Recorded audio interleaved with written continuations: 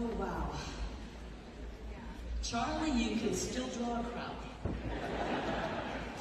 And I know that if Charlie were to be told, wow, you filled up Kennedy Center tonight, he said it wasn't me, it was God.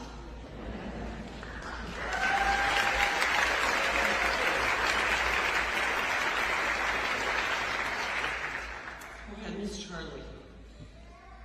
I will say that he'd have a couple criticisms tonight. He said, where are the smoke machines? Where's the confetti?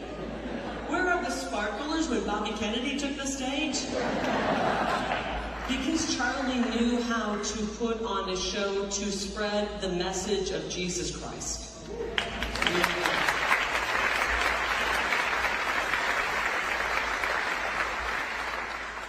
You know what, there's in the book of Genesis, there's a Bible quote that says, in so many words, it's actually a little easier to understand if I put it in modern language. What the enemy meant for harm, God will use for good. And God is using Charlie.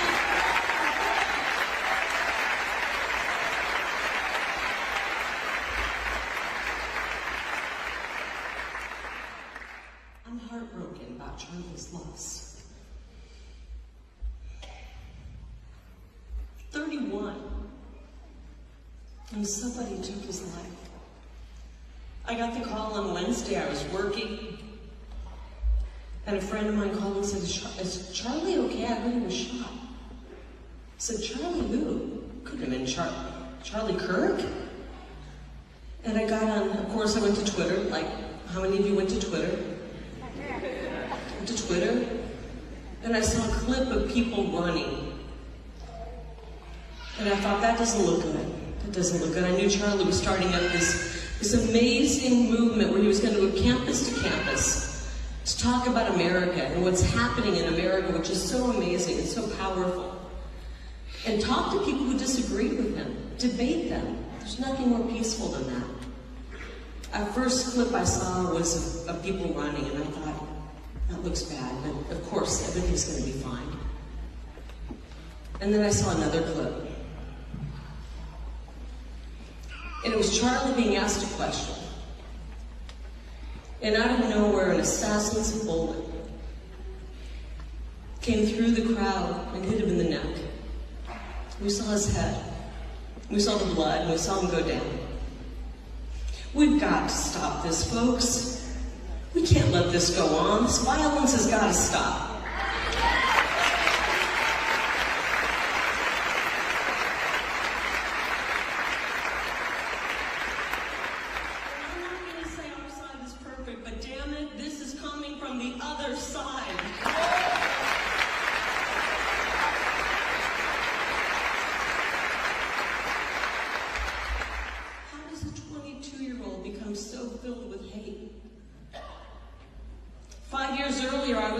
He was a Trump supporter. And we sent our kids off to college and they brainwashed them.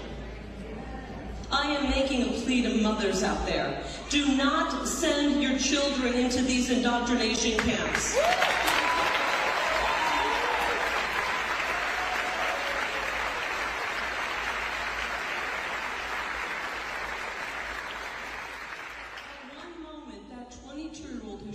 Charlie was a baby in his mother's arms. And by all accounts, those parents did a good job raising him until he was sent off to be brainwashed. We have lived through the most horrific brainwashing campaign in the history of mankind.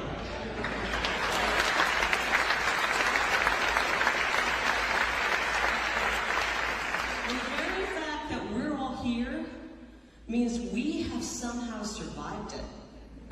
We've survived it. But too many youngsters are not surviving it. And we have to stand up. Because some things are non-negotiable. Our children's minds and futures are non-negotiable.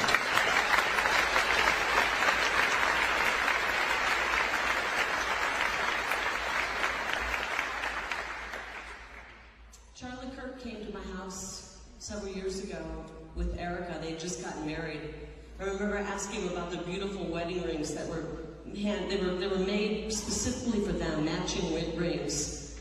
Although I will say Erica had a beautiful cascade of diamonds around hers. Charlie, good job. You did a good job with that.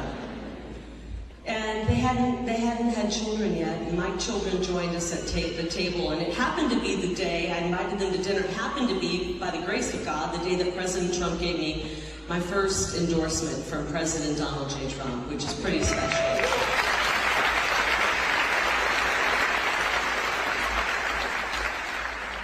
Which, by the way, thank you, Charlie, for helping us make sure President Trump won this time.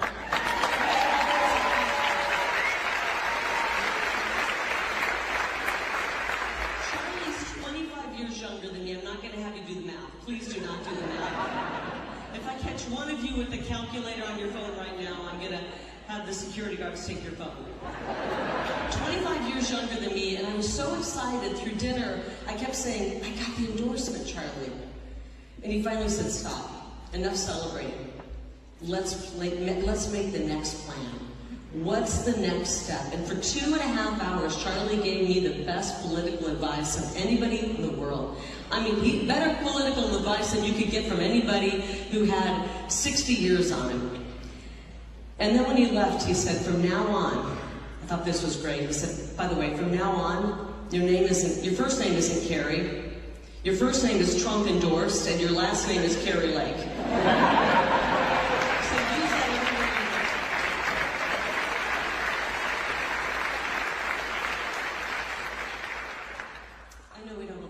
So many good speakers tonight. This is about start a family. And he said, well, that's a pretty good reason to quit. So I miss Charlie already. I know all of you do. I know that you're comforting your children. You might be comforting one another. But I just ask us all to step up and be strong. Charlie had a shirt when he was taken from us. Do you remember what that said? Freedom.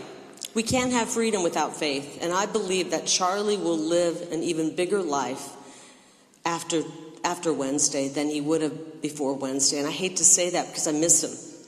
But God is using him in such powerful ways. Charlie is not dead. He's got everlasting life. He's got everlasting life.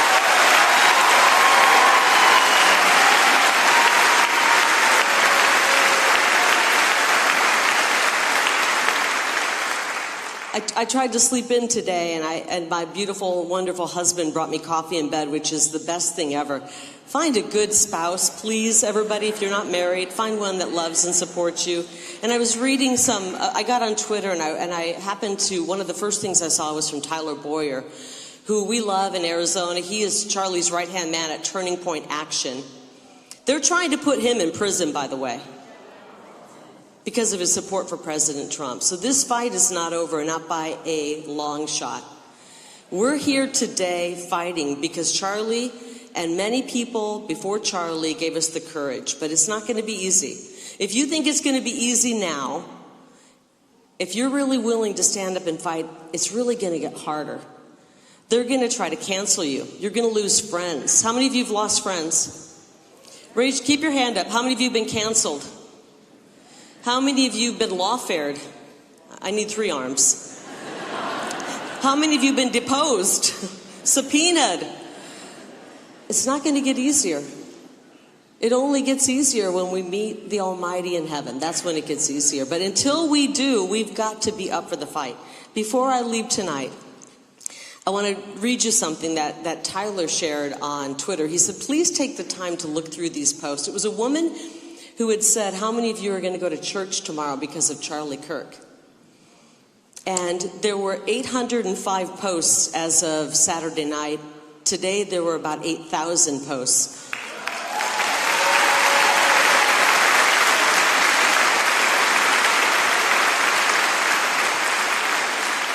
Charlie's going to be remembered for politics, but he's going to be remembered most for bringing people to God. Let me just read a couple of these because they moved me to tears today.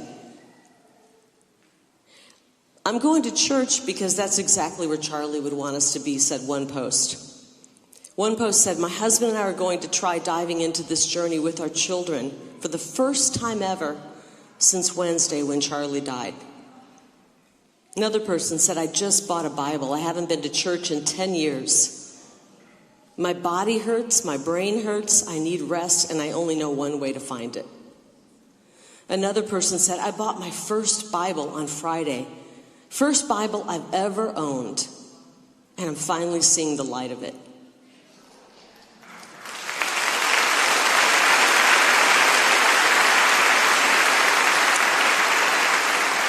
How about this one? I haven't been to church, one woman said, since I was 10 or 11. I'm 31. I'm heading to church tomorrow morning with my husband and kids.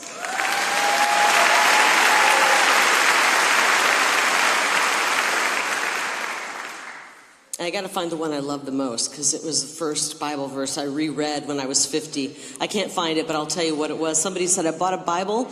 I just read the book of James, which, by the way, I highly recommend. It tells you how to be a good Christian. And I'm going to church tomorrow. Charlie, we miss you. We love you. We're going to protect and stand around Erica. She's got an army of mama bears and papa bears and cubs around her. We're stepping forward and we're going to save this republic. You got us going. You gave us a voice. You gave us the strength. And we're going to carry on so that we can find the freedom that you have. We love you, Charlie. We miss you. God bless you all.